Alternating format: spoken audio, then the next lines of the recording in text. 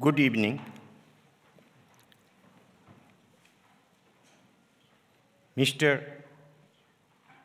Deputy Speaker, Members of Parliament, Excellencies, dear recipients of Right Livelihood Award, and dear friends.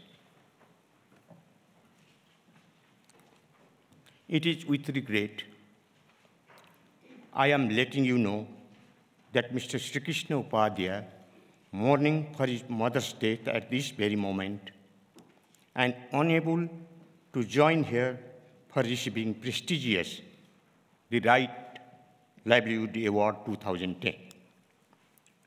My name is Narendra Bahadur Keshi, serving as a director in Sapros, Nepal, representing on his behalf and the organization.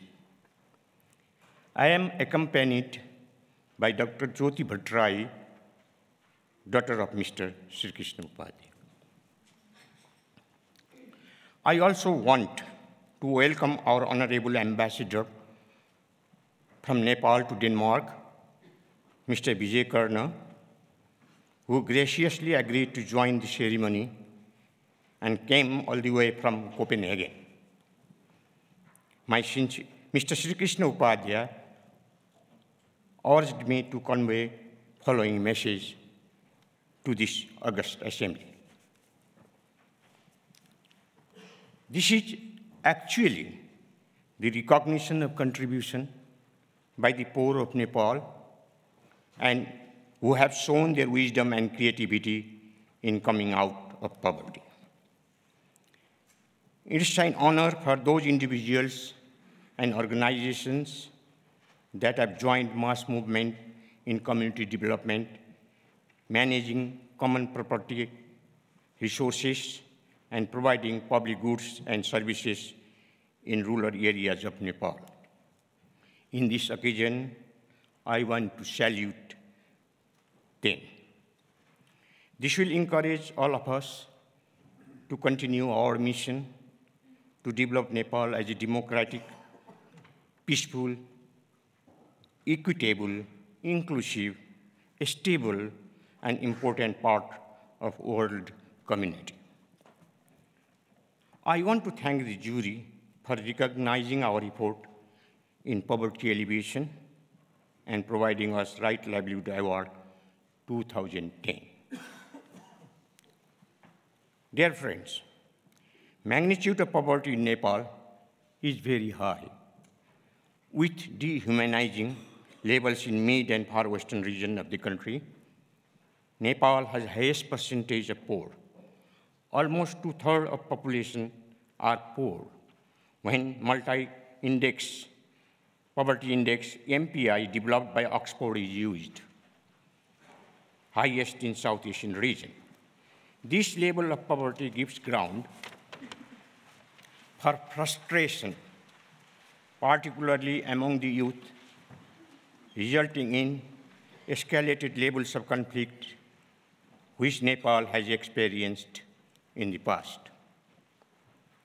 We had realized that poverty needs to be the main agenda of development and had done some work at the grassroots level. It did not take us long to realize that such efforts through government bureaucratic structures gave some results, but not enough at all. We were fed up with the shifting priorities of donors, particularly as they insisted on more emphasis of management of credit operations and less on developmental aspects. Visiting small producers, artisans, and wage earners, we had realized that they not only needed financial assistance, but also needed technology, access to market, and above all, capacity building to manage local resources. This required building trust among the people and belief in their wisdom and indigenous knowledge system, subsequently supported by external interventions. Fixing a right match between local resources and external support was important so that the communities do not become overly dependent on external support. During our work with the Small Farmers Development Program, we had observed that external pressure to disburse funds without preparation at the grassroots had resulted in over-dependency on external resources. We were also not clear on the entry point of intervention, which would trigger development and build faith among poor communities. So we decided to implement an action research project on social mobilization in few villages of Gorkha district in 1991. We started by training social mobilizers and group leaders in the art of building organization of the poor. We trekked for days in those remote villages to learn about their aspirations and talk to them about finding creative solutions.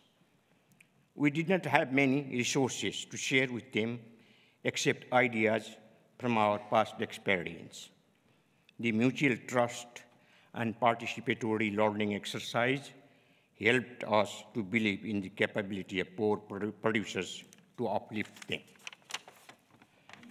Based upon the action research, we developed the social mobilization manual using pictures because most of the people were illiterate.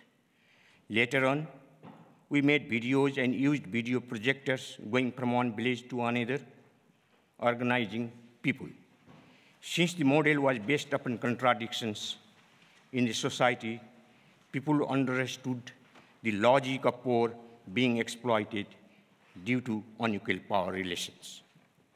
Once we started building separate organizations of poor, there were considerable resistance from landlords, moneylenders, traders, and local politicians. As small producers became more self-reliant and independent, the conflict came to surface, and some of our staff were even threatened. As savings increased, moneylenders were pressured to lower down their interest rate. The wage laborers also benefited, reducing the labor supply to landlord for the cultivation of land. Landless became tenants and started benefiting from access to new technology and growing urban market for vegetable and horticultural products. People were able to meet their food needs and generate some surplus for the market. They were able to send their children to school, and there was demand for school buildings and suspension bridges for gaining access to services. As effectiveness of our program increased, news spread.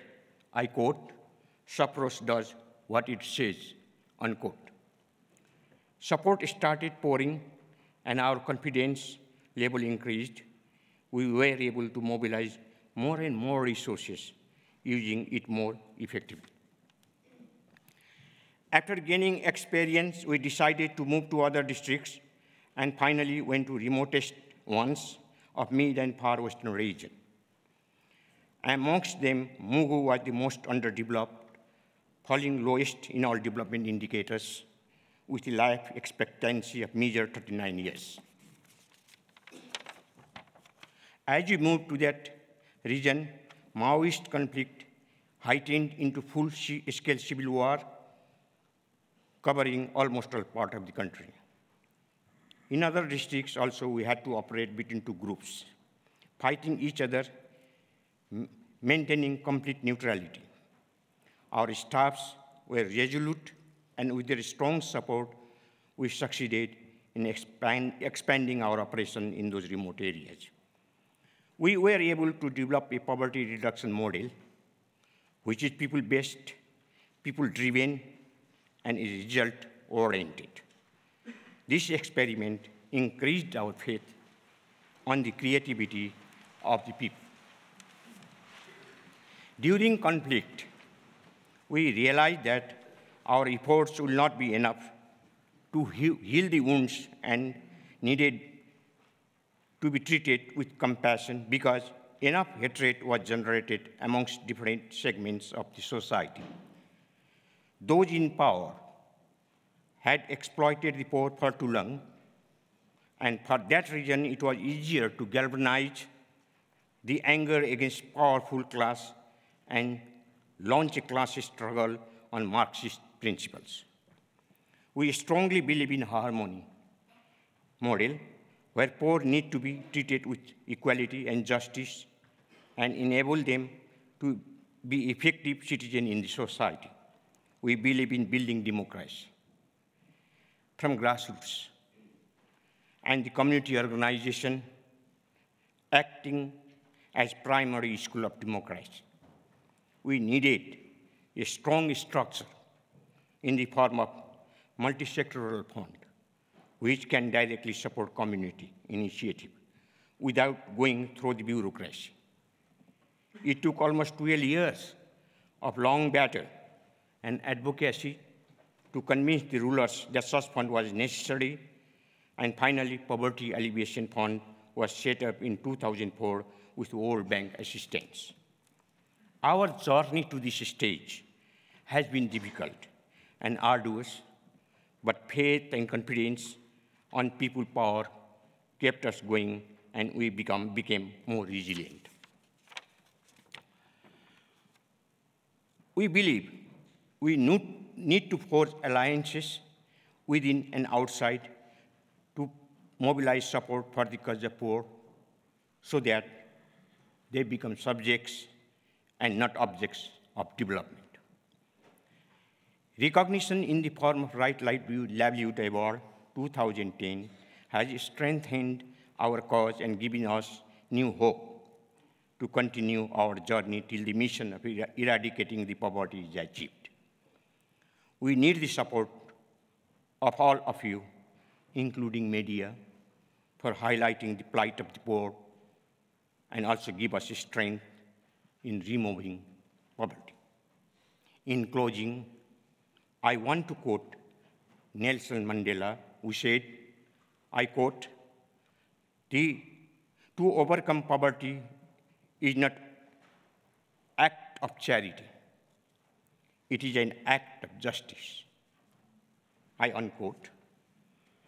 Therefore, time has come to do justice to the poor. Thank you all.